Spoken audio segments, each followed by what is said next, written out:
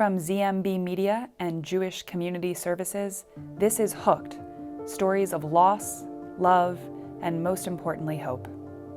I'm your host, Elizabeth Piper, a health educator at Jewish Community Services.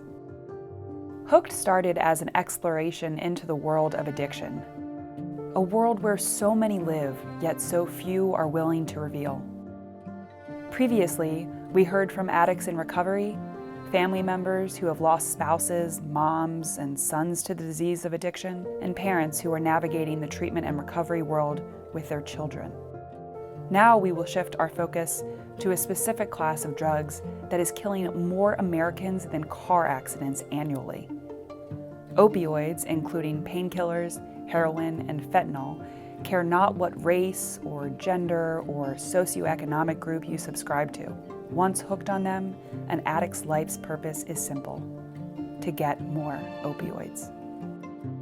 As I dove deeper into the realm of opioid addiction, a few alarming statistics stuck out to me. While the opioid crisis is affecting all types of people, the fastest growing population is women. According to research conducted by the FDA Office on Women's Health, between 1999 and 2015, the rate of deaths from prescription opioid overdoses increased 471% among women, nearly double that of men. Heroin deaths among women increased at more than twice the rate than among men. But why? What are the differences between men and women in active addiction? Do women use for different reasons than men? Are women more likely to be prescribed medication from their doctors? What about biological and social influences? Traumas from their childhood? I wanted to better understand the impact opioids have specifically on women that might begin to explain the rapid rise of opioid use, overdoses, and deaths in our country. In this episode, we'll first hear from women in recovery: Jess, Claire, Marcy, and Emma. When we think of women addicted to heroin or prescription opioids, we often picture someone who comes from a broken family, has limited resources, and ends up experiencing homelessness on the streets. But this isn't always the case. In order to paint a broader, more accurate picture of women and opioid addiction, I asked our guest what their upbringing was like, and what role, if any, alcohol and drugs played in their families.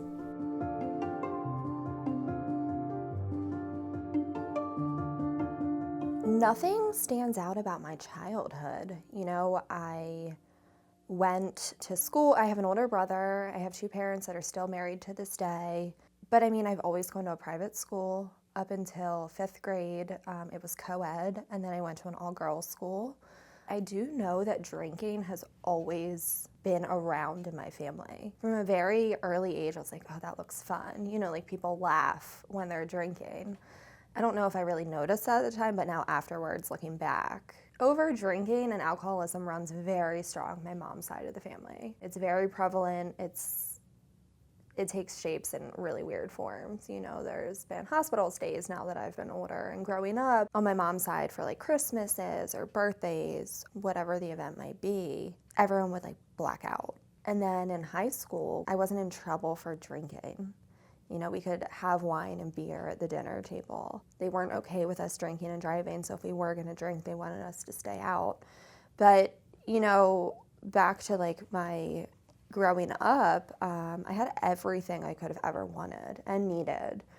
I also, came from an upper middle class white family. I'm one of 4, and I will say that I did grow up with an alcoholic father, and growing up, I didn't recognize that as, my dad's an alcoholic. I recognized it as my dad's having a rough day, he'd rather have a drink, and that looks like a relaxing thing for him to do, and it's a way for him to end his day and sort of, de-stress, and would rather go to the den and have a drink than really interact with our family at the family table. I also grew up with a family that everything was very much unspoken. From a very early age on, I remember that I had to deal with, any sort of issues on my own, and the solutions I had to come up with myself. I don't think that that makes me an alcoholic. I do believe that I was also born with this disease. I do believe that I have, an affliction. And I guess I also looked at it as it was kind of a status thing. For me, like in high school, growing up, like if you were cool, you were drinking. I really wasn't cool, so I didn't always get to be part of the parties and everything like that. So when I did finally get to college and I did start to drink, I felt like I was part of something. I grew up watching my mom in active addiction, so that was something that was definitely overwhelming. Even before I knew exactly what was happening, I just knew that things weren't right. My parents had gotten divorced, we were living with my mom, and then all of a sudden my mom had lost her house and we didn't live with her anymore, and then we didn't really see her anymore, and that kind of stuff really weighed heavily on me, even though I couldn't even comprehend like the extent of everything that was happening. Yeah. And I think that is what triggered my use of opiates, because it was just so appealing to not have to worry about anything. I never felt like I was a part of. I mean, I always felt like I wanted to be, like I was like a people pleaser. I wanted people, I had an urge, like a desire for so long for people to love me and to be proud of me. I craved that so much. In 8th grade, something happened to me. I got roofied and at just my friend's party. First year at this all-girls private school, mind you, and some rumors went flying. And I just took it and soared. And to this day, my dad doesn't know about it, to my knowledge. I guess, for me, what really took off, especially, my college years, was, the things that I had tried to block out for a very long time really started to kind of re-trigger itself and find memories coming back. And the difficulty with all that is, again, like, I grew up in a don't ask, kind of don't tell household where if you had a problem, you dealt with it yourself. Everybody else in my family had their own issues. Everybody else had to deal with everything on their own. That's how I always felt. And I never wanted to be a problem because I had a lot of issues with my older sister. My older brother had his own issues. My twin brother had a lot of issues. So I always wanted to be the one that no one had to worry about. Mine started, I guess, my grandmother, she had a lot of health problems. So there's definitely pills around in the medicine cabinets. Mm-hmm. And that's going all the way back probably in the 80s, 90s. Easily it was around. And once in a while, like if you had your menstrual cycle or something, my grandmother would give me a pill. And I always did feel so much better. And the pain went away right away. Alcohol and drugs were present in the homes of each woman. From a very young age, they, like so many of us, unconsciously began to make associations with substance use. Have a bad day at work? Pour a drink. Celebrating a holiday? Pour a drink. In pain from your period? Take this pill. None of them could have imagined that these associations paired with genetics would put them at greater risk for addiction. I was curious, though, how in the world did such a heavy-duty class of drugs like opioids enter their story? My first ever experience was probably when I was a junior in high school. I had tried a Percocet. It made me sick. I didn't get high. I don't necessarily count that because I did it, but it did nothing for me. And then fast forward to when I was 18 or 19, I was diagnosed with gallstones and had to get my gallbladder taken out. And after surgery, they prescribed me, I think it was Percocets. And that was when I was first really introduced to them. I probably didn't even need them, honestly. So those pills lasted me maybe a couple of days. Maybe the first day I took them as prescribed, and then second day, feeling a little bored. One made me feel good. Let's see what two does. In 1996, I ended up having a really bad car accident. In a hydroplane, I took out a pole, and at the time we didn't have that seatbelt law, so I almost went through the windshield, but I messed my neck up. And I ended up having deteriorated disc in my neck, and I ended up having surgery to have the disc replaced in my neck. I started going to doctors when I started having the pain. And first they were giving me, like some Percocets or something, and then I was also trying to go to, physical therapy, acupuncture. I was trying everything to get the pain to stop. And of course, as time went on, one pill just wasn't enough. I'd have short periods of time where I'd have like 30 or 60 pills at a time. So then I guess my tolerance started getting so high. And then I started going to the doctors. And at the time, doctors weren't communicating with each other. They didn't know about, what doctors you see. So it was easy after a while. I started with one doctor, but then I could end up, going to 3 different ones that didn't know what I was doing. Emma and Marcy, like hundreds of thousands of other men and women before them, were prescribed opioids to help them with pain after their surgeries.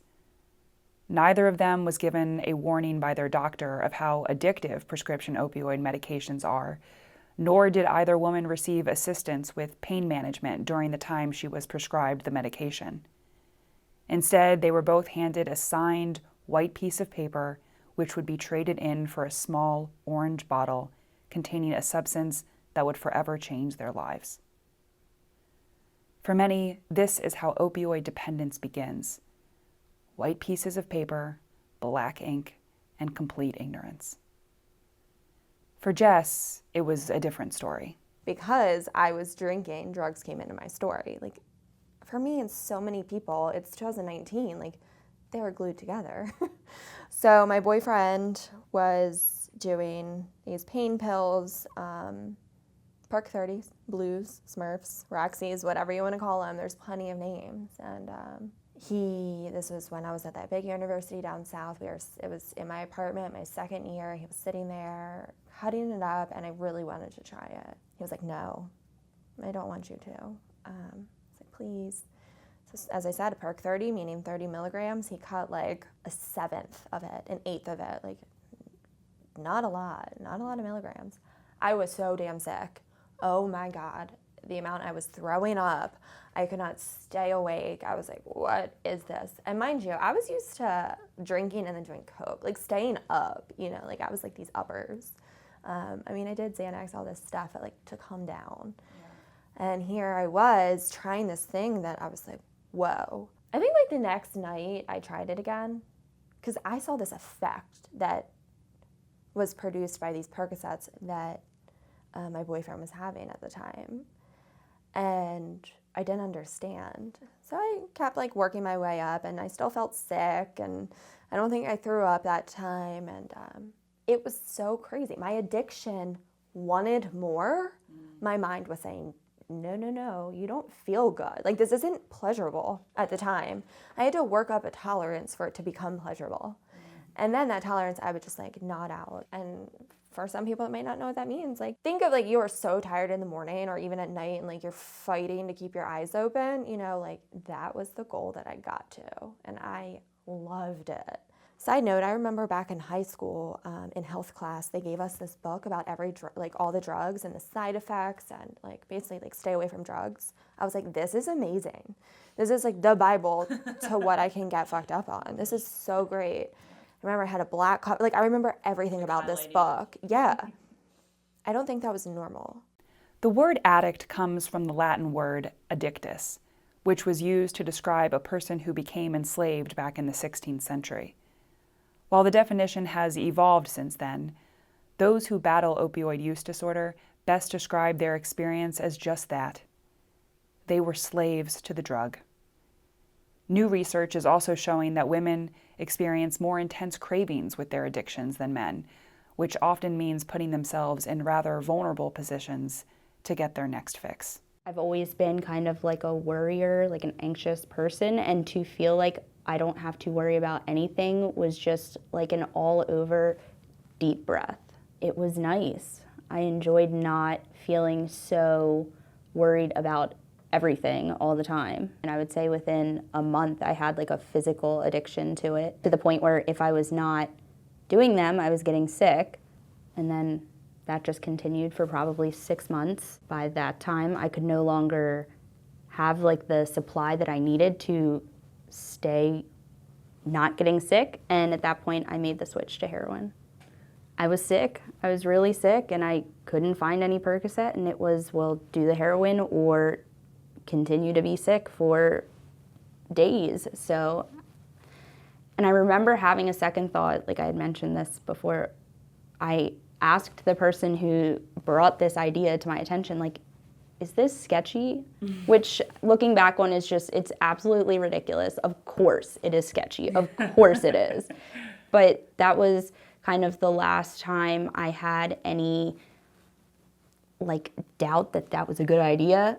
Because after that, it was everything went out the window. Like, there was no thought about, is this a good idea or not after that? And she said, oh yeah, it's fine, you won't be sick anymore. So that was really all it took. I got roofied 2 more times in college, but I was in a sorority, and so many of us did. And I shouldn't say that lightly. I just said that like it's not a big deal. It is a big deal. I don't think half of us were aware of it until we were like, wait, we only had 2 drinks and we don't remember anything. Alcohol has been my best friend, my lover that never left my story. But as I tell my story, I'm going to introduce other substances. And at this point, pain pills and like Xanax, other pills started entering my story. And I met this dealer named Rocky. I don't know how I met him. I was this young, blonde, white, at a southern university, and I'm like traveling to the hood of the southern state to find dealers in my white Jeep, and I'm like, I'm gonna find someone. Met this man, Rocky, and him and his wife, Cynthia. Oh my God. I was a slave to the drugs that I was going to buy.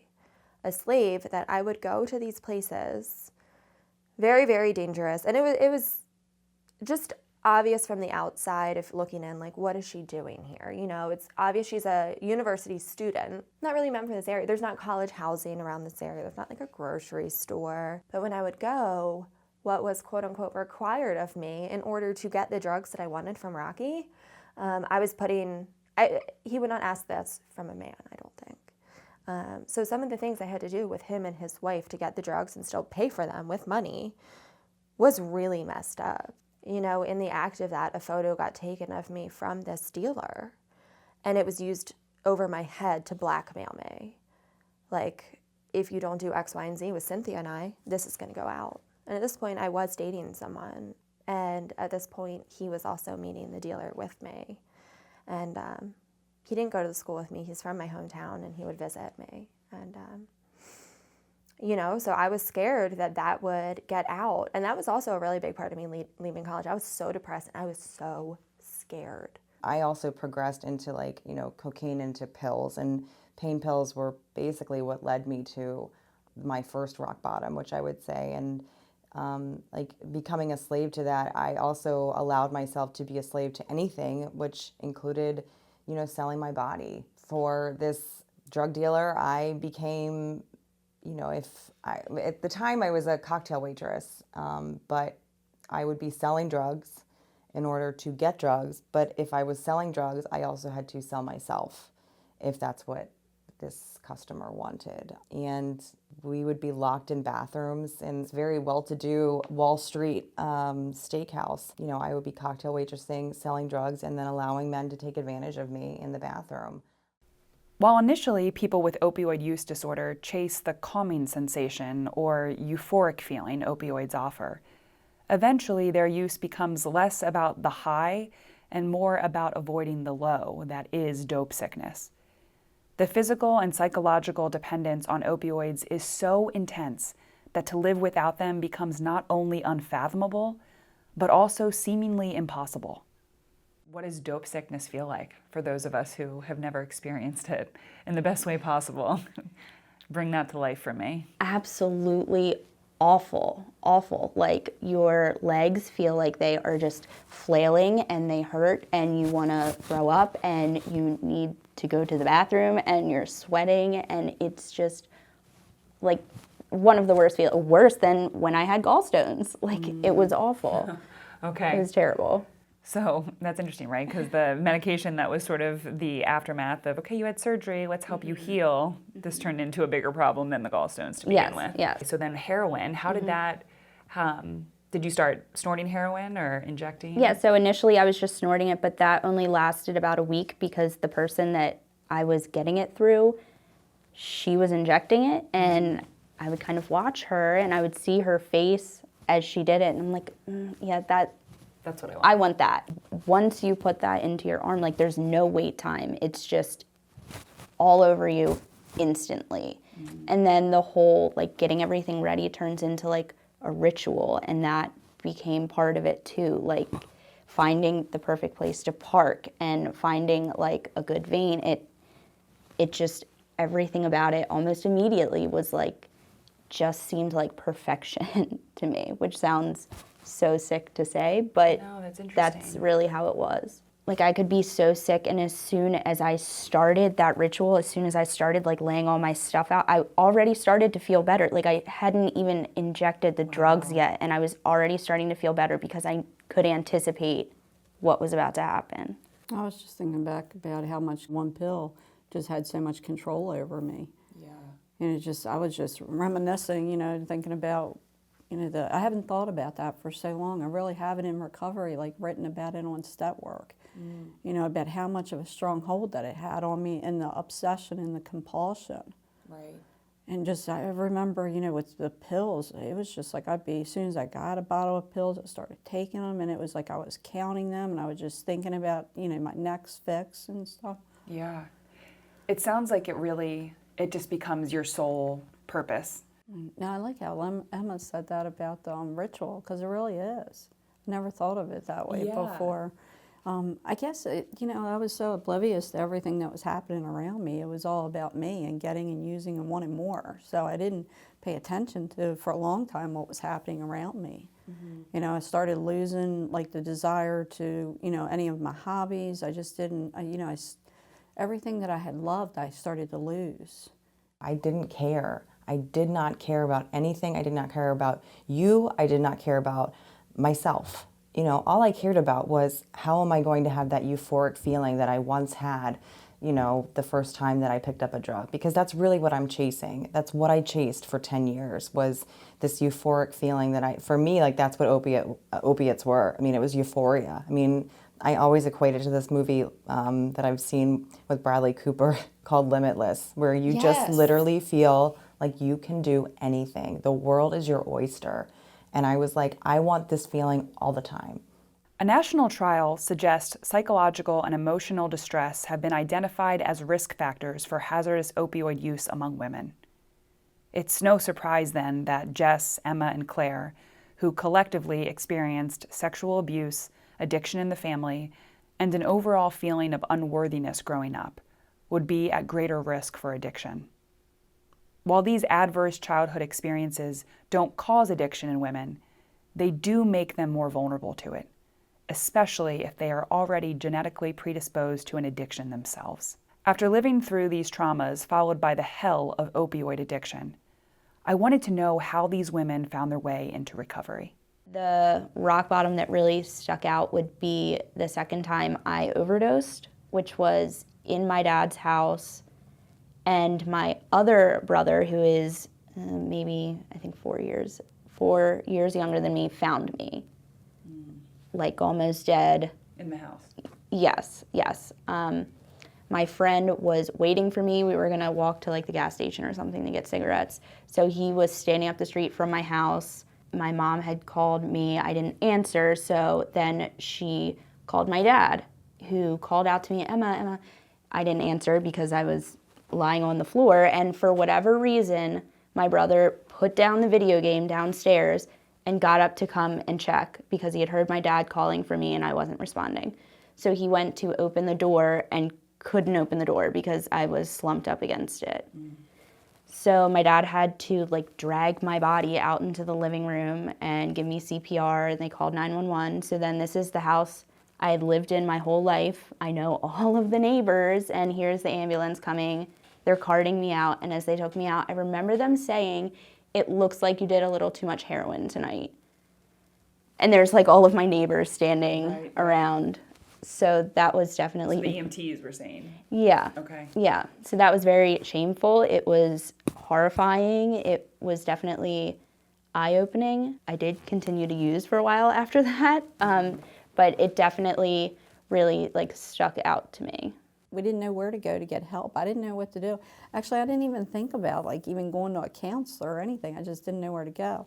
They really hadn't experienced anything like this before, so they really didn't know what to tell me.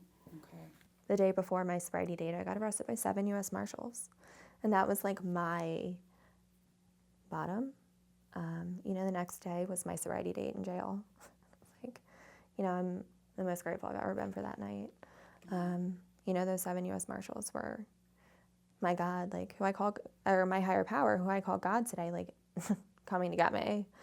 But some of the times I got arrested, the paperwork got sent to my parents' house because that was my address in the system, and that's how they knew I was alive.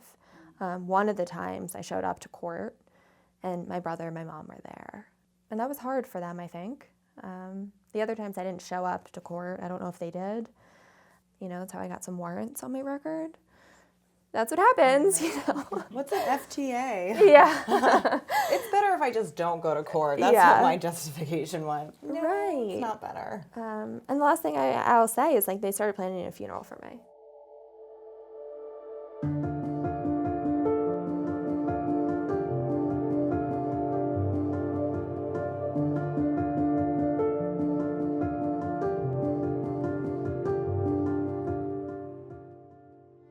The pain that we put our families through is heart-wrenching. At the same time, I do consider it to be one of the gifts of sobriety when you're able to hear exactly how your actions have had the repercussions on people and to know that you don't want to do that again to them. For my mom, in her impact letter, she literally wrote to me that I love you, Claire, but I have to put my love for you in a jar somewhere in the back of my heart where I can't touch it and where it can't hurt me anymore. To hear that from your own mother is just heartbreaking. To know that these people that you haven't cared about at all have loved you through the darkest parts of your life. It gives you hope that you want to live again, that you want to be a part of that, and you want to give that back to them. It gives you hope that your life is worth living. All the women you just heard from fortunately found their way into sobriety and recovery, and are flourishing in their lives and reconnected to loved ones. How can we best support women who have become statistics in the opioid crisis? How can we meet them with empathy, understanding, and resources, rather than judgment and shame? We hope that by listening to these stories, you've found comfort in knowing that this conversation is being brought to light. A common phrase used in recovery meetings is, "We're only as sick as our secrets." It has been our vision for Hooked to begin sharing the secrets that addicts often carry. The shame, the abuse, the isolation that accompanies the disease of addiction. It is in bringing light to these dark truths that we find healing. Thanks for listening to this podcast. We invite you to listen to the other episodes in the series. If you or a loved one are suffering from addiction, you're not alone. There are resources that can help. Visit our website, ifiknew.org.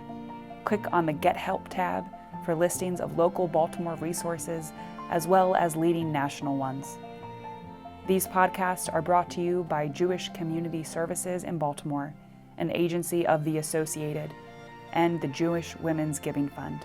We are grateful for their support, as well as the generosity of other funders who make JCS prevention education programming possible.